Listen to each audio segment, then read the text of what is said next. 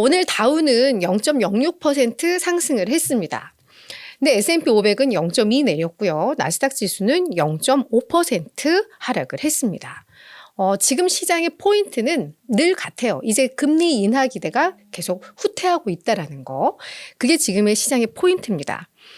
관련해서도 간밤에 또 뭐 다양한 이야기들이 나왔어요. 금리 인하 기대감이 후퇴할 만한 내용들. 그거는 이제 계속 보도록 하겠고, 오늘 시장에서 사실 주목해야 될 것은 S&P 500입니다. 오늘로써 지금 5일 연속 하락을 했는데 이게 작년 10월 이후 최장 연속 하락 기록입니다. 1월인가 12월 말부터 1월로 이어지는 요때에도 좀 계속 조정이 나왔었는데 그때 4거래일 연속 하락이었거든요. 그러니까 이제 그 이전으로 가면 그게 이제 작년 10월이니까 많이 아프게 느껴집니다. S&P 500의 조정이 이렇게 길어지고 있다라는 게.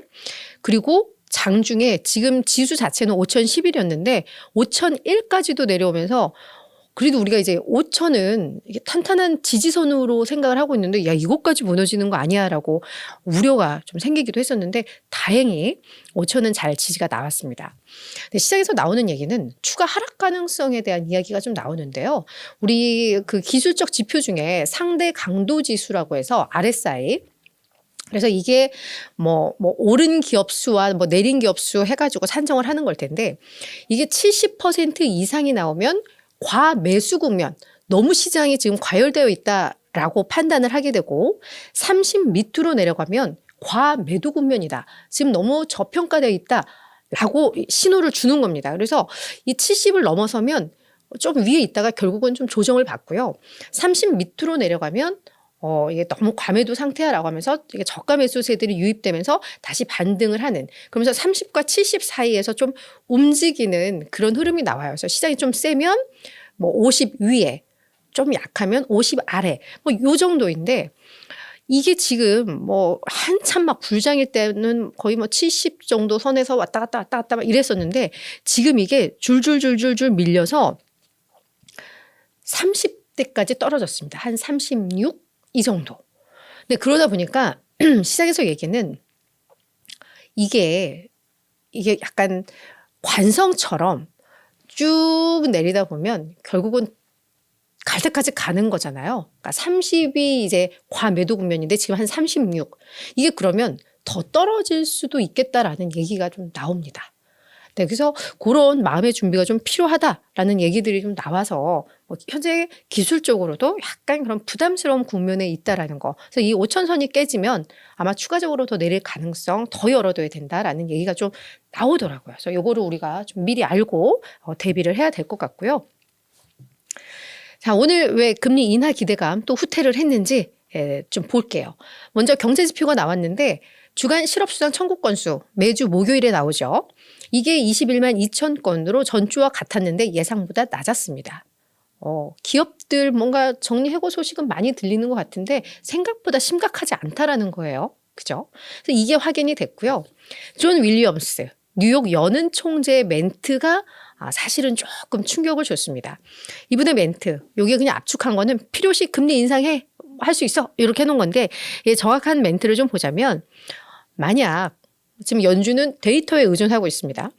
데이터가 연준의 인플레 목표를 달성하기 위해서는 더 높은 금리가 필요하다는 신호를 보낸다면 우리 정책 입안자들, 그러니까 연준 인사들은 분명히 그렇게 하기를 원할 거야. 지금 시장에서는 금리 인상은 아예 생각 안 하잖아요. 이제 금리 인하 시점이 언제로 늦어질까 뭐 이런 거 고민하고 있는데 데이터상 2%까지 인플레 떨어지려면 여기서 한두 번 더 올려야 돼라는 그런 신호를 준다면 우리는 언제든 바꿀 수 있다. 이렇게 이야기를 한 거죠. 그러다 보니까 이제 부담을 확 느끼면서 2년물 국채 수익률이 또다시 4.99까지 올라갔고 시장에서도 분위기가 좀 달라지고 있습니다. 이 CME 패드워치를 봤더니 이게 되게 좀 주목해야 되는 게요. 사실 5월, 6월, 7월 FOMC 회의에서는 기준금리 동결할 거야. 예상대로죠. 우리 지금 9월로 첫 인하 기대감이 늦춰진 건 우리 예전부터 알았으니까. 근데 봐야 되는 게 요 열이 하나가 더 생겼어요. 지금 기준금리가 5.25에서 5.5잖아요. 그죠? 그래서 예전에는 뭐 이 5월 1일에는 뭐 이게 100% 그냥 동결 100%이거나 조금 더 시장이 그래도 인하 기대감을 갖고 있으면 5에서 5.25에 좀 퍼센트지가 있거나 뭐 이런 식이었는데 지금은 5.5에서 5.75 요 열이 하나가 생겼고 5, 6, 7월에 물론 퍼센트지는 1%대로 미미합니다만 이게 또 생겼다라는 건 좀 불편하죠. 소수지만 연준이 금리 인상을 할 수도 있다라고 이제 베팅하는 사람들이 생기기 시작했다라는 거거든요. 그래서 뭐 이런 부분들 게다가 뭐 우리가 9월에 금리 인하할 기대감은 뭐 여전하기는 합니다만 이제 올해 금리 인하 횟수에 대해서도 한 한 번 정도로 또 좀 줄었다. 뭐 이런 게 이 금리 트레이더 채권 트레이더들의 어떤 이런 베팅에 있어서도 좀 확인이 되고 있는 그런 상황입니다. 그러니까 지금 결국은 시장을 끌어올릴 수 있는 건 이제 결국 실적이거든요. 실적인데 이게 끌어줄 수 있을지 뭐 아직까지는 나쁘지는 않다고는 하는데 네, 모멘텀이 지금 확 살지는 않고 있는 뭐 그런 상황입니다. 자, 종목 뉴스 하나 그냥 간단하게 보도록 할게요.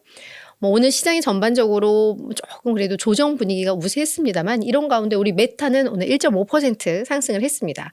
새로운 AI 모델 라마3를 공개했기 때문인데요. 이게 대규모 언어 모델 이 메타의 최신 버전이라고 생각을 하시면 될 것 같은데 이게 앞으로 페이스북, 뭐 인스타, 메타가 운영하는 SNS 있잖아요. 여기 앱에 요 AI 비서로 요 기능들이 아마 탑재가 될 거다. 그래서 뭐 약간의 이 챗봇 역할도 좀 해주고 뭐 요런 역할을 할 거다라는 게 나왔는데요. 이게 일단 시장에서는 그래도 좀 좋은 소식으로 해석을 했다. 지금은 결국은 또 AI가 또 네, 모멘텀이 될 수 있을 것 같은데 지금은 AI 테마도 좀 죽긴 했어요. 그죠? 그렇긴 한데 요런 소식은 있었다. 요건 참고하시면 좋을 것 같습니다.